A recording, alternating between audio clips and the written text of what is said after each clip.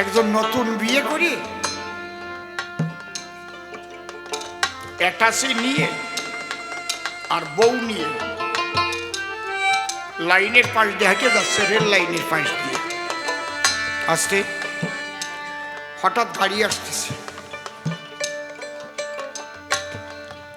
স্বামী বলছে বউকে, এই তুই যে কার সাথে বিয়ে করেছিস জানিস? এখন আমি ইচ্ছা করলে এই জায়গায় গাড়ি একদম স্টার্ট বন্ধ করে দিয়ে থামাই দিতে পারি। কি করি পারি? এখনই পারি, আমার ক্যাপাসিটি। তুমি আমার এইরকম স্বামী নাকি? দেখ তো।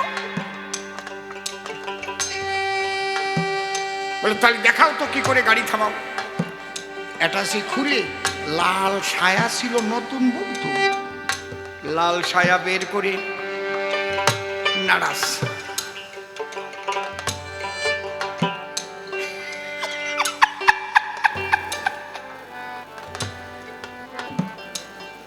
যেই নাড়াচ্ছে ড্রাইভার বন্ধ করে দিয়েছে, থামিয়ে গেছে।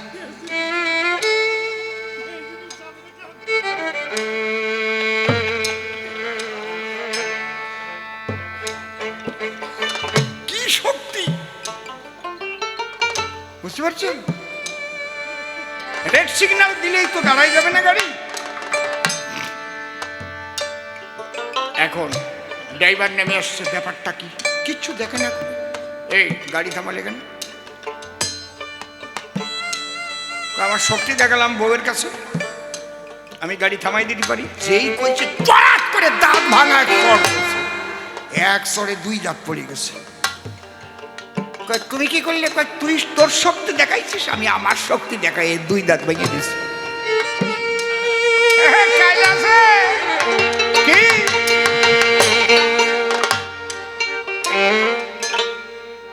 তুমি ঝাঁটার বাড়ি দেবা, তুমি বেতের বাড়ি খাবা না? তুমি সায়া দিয়ে গাড়ি থামাবা, চর খাবা না নাকি?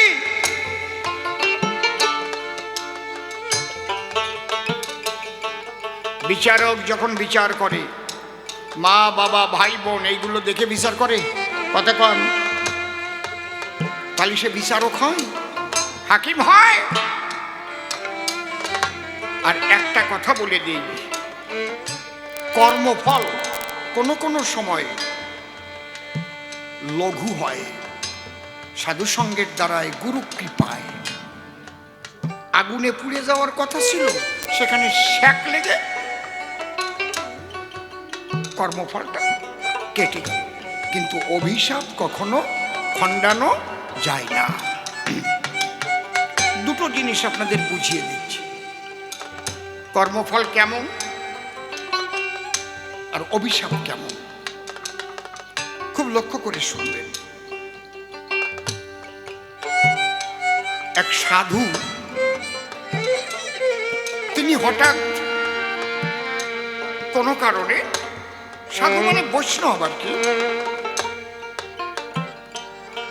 গুরুমুখী মানুষ, বাড়িতে মন্দির আছে, প্রসাদ ভোজি, বাইরের কোনো কিছু সেবা করে না, যা ভোগ দিয়ে প্রসাদ তাই সেবা করে, খুবই নিষ্ঠা সহকারে গুরু বাক্য রক্ষা করে।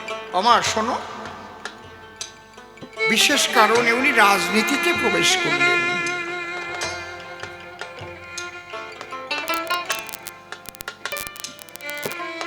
এবং মন্ত্রীও হলেন। ওনার বাবা ওনার কোষ্ঠী লিখে রেখেছিলেন আলমারির মধ্যে, খুঁজতে খুঁজতে কোষ্ঠী পেলেন। লেখে না গণক, দেখে যে ওতে লেখা আছে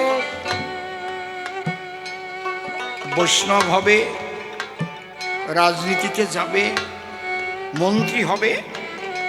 ওই মন্ত্রী থাকাকালীন স্ত্রী কর্তৃক মুষ্ঠাঘাত, পদাঘাত রাজপথে। ওয়ে দেখে বয়েতে গুরুদেবের কাছে, ও বাবা আমি আজকে আত্মহত্যা করব। কেন? এই দেখো কি লেখা, মন্ত্রী হয়ে যদি রাজপথে স্ত্রী লাথি খেতে হয়। কোষ্ঠীতে যা লেখায় আছে দেখো এ সময় যা যা লেখছে তাই তাই তো হয়েছে। আমি বৈষ্ণব হয়েছি, আমি রাজনীতি করেছি, মন্ত্রী হয়ে গেছিল, ওটাও হবে। রাজপথে আমার বউ লাইটাবে, কি লাভে? কই তোরে যা যা বলেছিলাম সব ঠিক ঠিক মতো সাধন ভজন করিস তো? বলে তোমার বাক্য এক চুলও আমি নষ্ট করিনি। ভোরবেলা উঠি তুমি যা যা বলেছ সেইভাবে ঠাকুরের নাম নেই। ঠাকুরের বাল্য ভোগ দেয়, দুপুর বেলায় মধ্যাহ্নকালীন ভোগ, এই প্রসাদ পাই। কয় যা তোর পাই নাই, যা আমি দেখছি।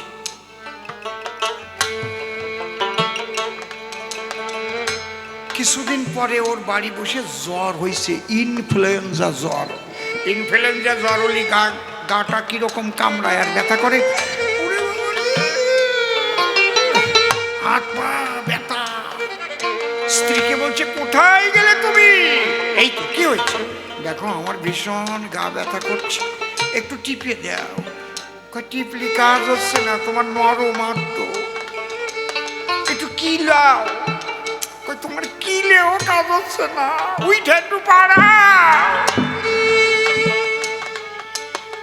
বউ ঘাড়ে পিঠের উপরে উঠে বাড়াচ্ছে, জোরে জোরে দেয়া। তার 3 দিন পরে গুরুদেবের কাছে গেছে। আসতে গুরুদেব দেখে হাইসে পড়ছে। কয় বাবা কে আমার কিছু বিধান দেবা না? কয় যেটা রাজপথে হওয়ার কথা ছিল সেটা তো ঘরে বসেই হয়েছে। তোর বউ তোরে লাইখায় নাই, কিলাই নাই, তোর জ্বর হয়েছিল না? কয় হ্যাঁ তো। ওইটা কাইটে গেছে। লাথি তোর খেতে হবে, কিলো খেতে হবে। যেটা রাজপথে হতো সেটা হলো না গুরু কৃপার দ্বারাই, কৃষ্ণ ভজনের দ্বারাই। হরি হরি বল। কর্মফল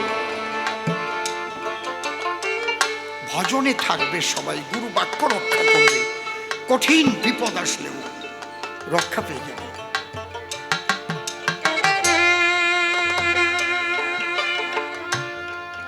কঠিন বিপদ থেকে রক্ষা পাবে, তিনি বাঁচিয়ে রাখবেন, এতে কোনো ভুল নাই।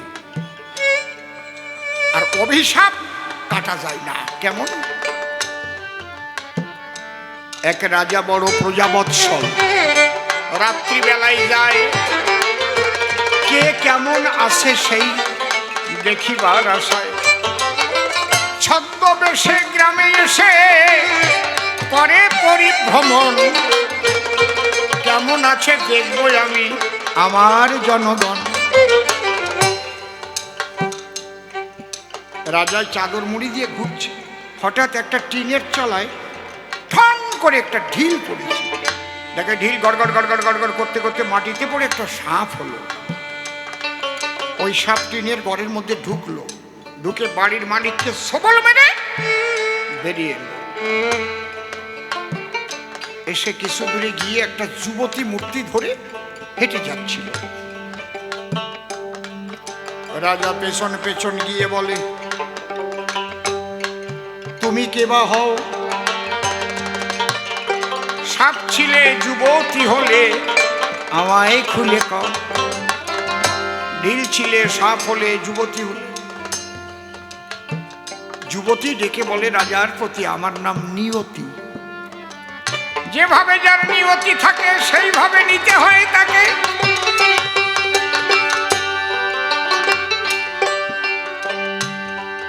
আচ্ছা আচ্ছা নিয়তি, তুমি সব জানো, মৃত্যুর পরে আমার অবস্থা কি হবে বলতে পারো? বলছে তুমি দেখবে না শুনবে? বলে দেখাও। বলে চোখ বন্ধ করে আমাকে স্পর্শ করো। স্পর্শ করেছে, হঠাৎ নিয়তি ওকে নিয়ে এমন একটা জায়গায় হাজির করেছে, দেখে ঘর ভরা ঘোড়ার লাগি, ঘোড়ার পায়খানা। কয় তুমি মরণের পরে থেকে এই ঘরে ঘোড়ার লাগি খাবে, রাজা বলে আমার এই দুর্দশা কেন বা হবে? এই দুর্দশা হবে তার কারণ আছে। কি? তোমার বাড়িতে ঠিক মধ্যাহ্নকালীন সময় দিবা ভাগে একজন ভিখারি এসেছিল। তুমি সেবা করে কেবল বিশ্রাম করছো, এসে বলেছিল না আমার খুব খিদে পেয়েছে, আমাকে এক মুঠো অন্ন দেবে? তুমি তখন কি করেছিলে? রাগ করে বলছিলে সময় নেই, অসময় নেই, অন্ন চাইতে এসেছো? তুমি তোমার অশ্বশালে গিয়ে একটা ঘোড়ার লেদি নিয়ে ওর হাতে দিয়ে বলেছিলে খা, খাই ঘোড়ার লেদি খা। ওর মুখের মধ্যে লাদি ঠেসে ধরেছে। যেহেতু তুমি রাজা, তোমার প্রচুর শক্তি, সব ক্ষমতা তোমার হাতে, তাই ভিখারি কিছুই বলতে পারেনি। কিন্তু ভিখারি ওখান থেকে বেরিয়ে এসে চোখের জলে ভেসে ঈশ্বরের কাছে বলেছিল, হে ঈশ্বর, প্রচন্ড ক্ষুধার সময় আমি এসেছিলাম রাজ দরজায়, এই সময় দুটো খাদ্য না দিয়ে যে আমাকে ঘোড়ার লেদি দেয়, তার ভাগ্যে তুমি ঘোড়ার লেদি ব্যবস্থা করে দিও প্রভু। তাহলে বুঝতে পারবে যে ক্ষুধার সময় ঘোড়ার লেদি দিলে কি অবস্থা। ওই যে একটা লেদি দিছিলে ওই যে শুধু আসলে এক গড় হইছে, এটা কমানো যায় না? যায়। কি হলে? উল্টো সাধনায়। তার মানে তুমি ফিরে যাবা, তোমার রাজ্যে গিয়ে এমন কাজ করবা যাতে তোমার নিন্দা মন্দ করে সবাই, কিন্তু আসলে তুমি যেন সঠিক থাকো। তুমি সঠিকভাবে সাধন ভজন করবে, কিন্তু লোকে উল্টো বুঝে তোমার নিন্দা মন্দ করবে। যারা যারা নিন্দা মন্দ করবে তাদের ঘাড়ে তোমার এই অভিশাপের অপরাধ কিছু চড়বে। এই জন্য অকারণে কারো নিন্দা করতে হয় না, সঠিকভাবে জানতে হবে আমি যেখানে তার নিন্দা করছি ওটা সঠিক কিনা, তাই নাহলে অপরাধ হবে।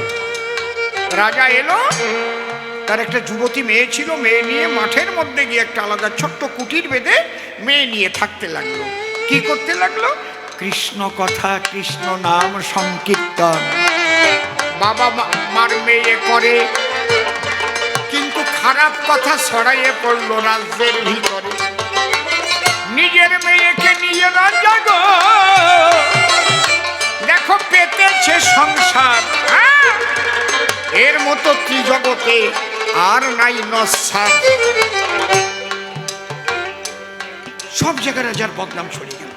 নিয়তি একদিন বুড়ির বেশে আসলো, দেখি রাজার অবস্থাটা কি। এসে দেখলো গভীর নিশীতে নিজের কন্যার সাথে করে কৃষ্ণ কথায় আলাপন, হা কৃষ্ণ বলিয়া ধরিছে তাদের দুই নয়ন।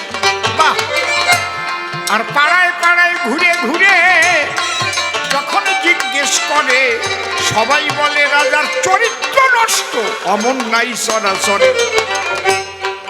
এইবার রাজার যখন মৃত্যু হলো, ওই ঘরে রাজা হাজির হলো, গিয়ে দেখে একটা লেদি আছে। তখন নিয়তিকে বলল, আমি তুমি যা বললে তাই করলাম, একটা থাকলো কেন? বলছে ওইটা তোমার অভিশাপের লেদি, কোনো কিছুতে ওই লেদি ক্ষয় হবে না, ওটা তোমার খেতেই হবে, ওইটা তুমি খেয়ে তোমার অভিশাপ পূর্ণ করো। এই জন্যে অভিশাপ এড়াবার সাধ্য ভগবানের নাই। পরিষ্কার জবাব দিলাম আমি, সভ্য সবার খাই। দেখতে দেখতে প্রায় 10টা ঘড়িতে বেজে যায়, 9টার সময় শেষ করব বলে বলেছিলাম তাই। এইবার তারে ডেকে নিয়ে আমরা মিলন গীতি গাবো, প্রেমানন্দে উলুধ্বনি জয় ধ্বনি দেব। হা হা হা।